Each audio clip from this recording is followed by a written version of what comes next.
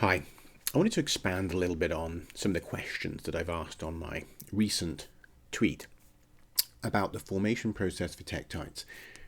Anyone that follows me, you are almost certainly aware that I wrote a paper on tektite formation and distribution, making the argument that it indicates an interstellar origin, probably technological. Now, there are many mysterious parts to this kind of tektite story, but I wanted to kind of hyper focus in on some thinking points for anyone that is interested. And the easiest starting point is really to understand the anomalous nature of the glass, this tektite glass, in terms of its homogeneity and the fining that's observed. Now, what do we mean by that?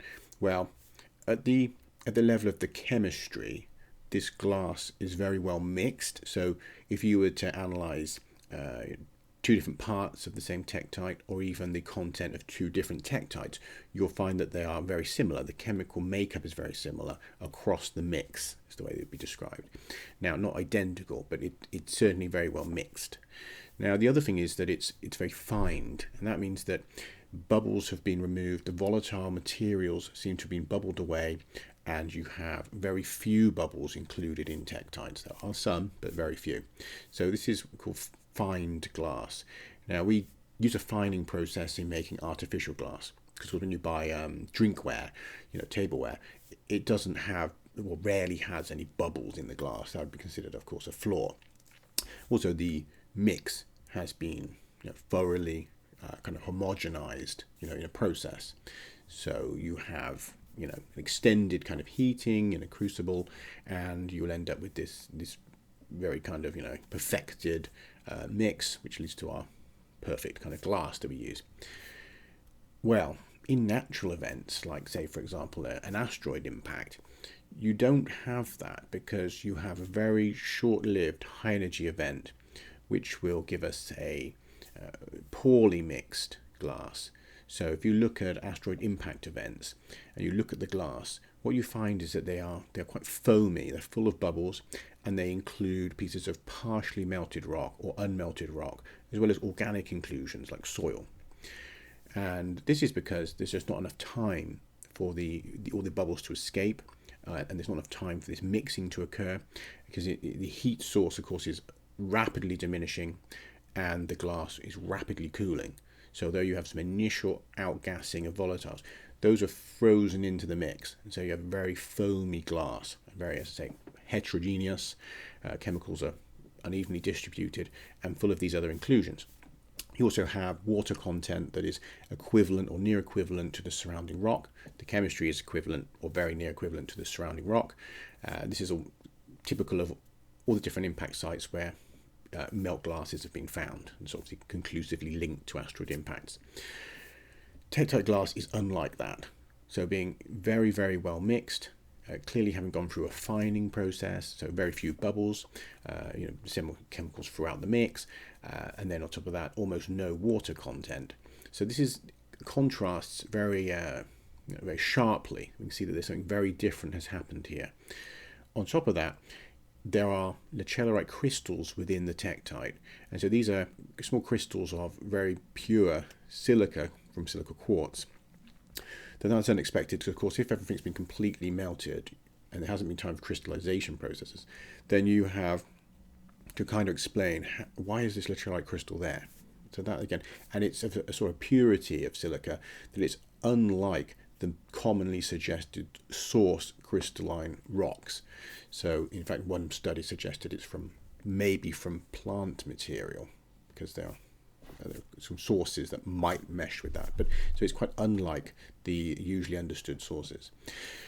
So this is an interesting conundrum, because of course currently the popular consensus, or near consensus, is that tektites are from asteroid impacts.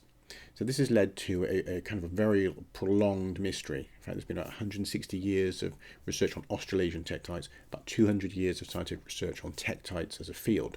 And this mystery persists because you have to explain how this has occurred. Now, in the case of Australasian tektites, we also know that the material ended up in space, at least a part of the material ended up in space. So you have to explain how this material not only ended up kind of well mixed and fine and homogeneous, but also you have to explain how it managed to stay in sort of large masses like globules. Some of them are almost cannonball sized, that have stayed together as they travel at kind of hypervelocity speeds to reach space, and yet have not been reduced to a fine mist by the opposing forces. I was traveling through air, and so at these hypervelocities it's facing opposing forces, and you'd expect it to be torn apart, so you'd have just micro droplets traveling upwards. Now that's not what we see, and also it has to stay liquid all the way up to space, because we can see that it's formed essentially in a vacuum. So it's formed these spheres that are indicators of having formed in a vacuum. So it has to stay liquid. So it hasn't cooled, and it also hasn't been reduced to a fine mist. So these are physics problems. So I'm sort of posing these to show that there is a genuine mystery here. This isn't something I'm harping on about because of just a personal bias, and that it's been easily resolved. You can check the literature. Australasian tektites remain mysterious in many ways, and I'm offering an explanation for them. Now, it's certainly a controversial one, but it does explain what we observe.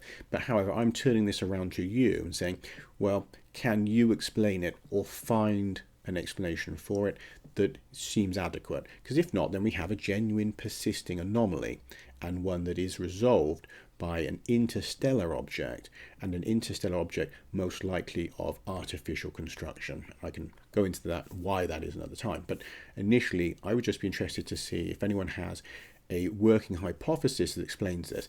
Now, there's a temptation for people just to say, it was a nuclear bomb, or it was an impact, but those aren't explanations. Those are just the titles of phenomena that you feel might explain it. So you'd have to explain, how does that phenomena lead to a homogeneous fine glass with extremely low water content and lacellarite crystals? So that's an explanation. Just naming a phenomena that you think may be related to this, that's not an explanation. Okay, thank you.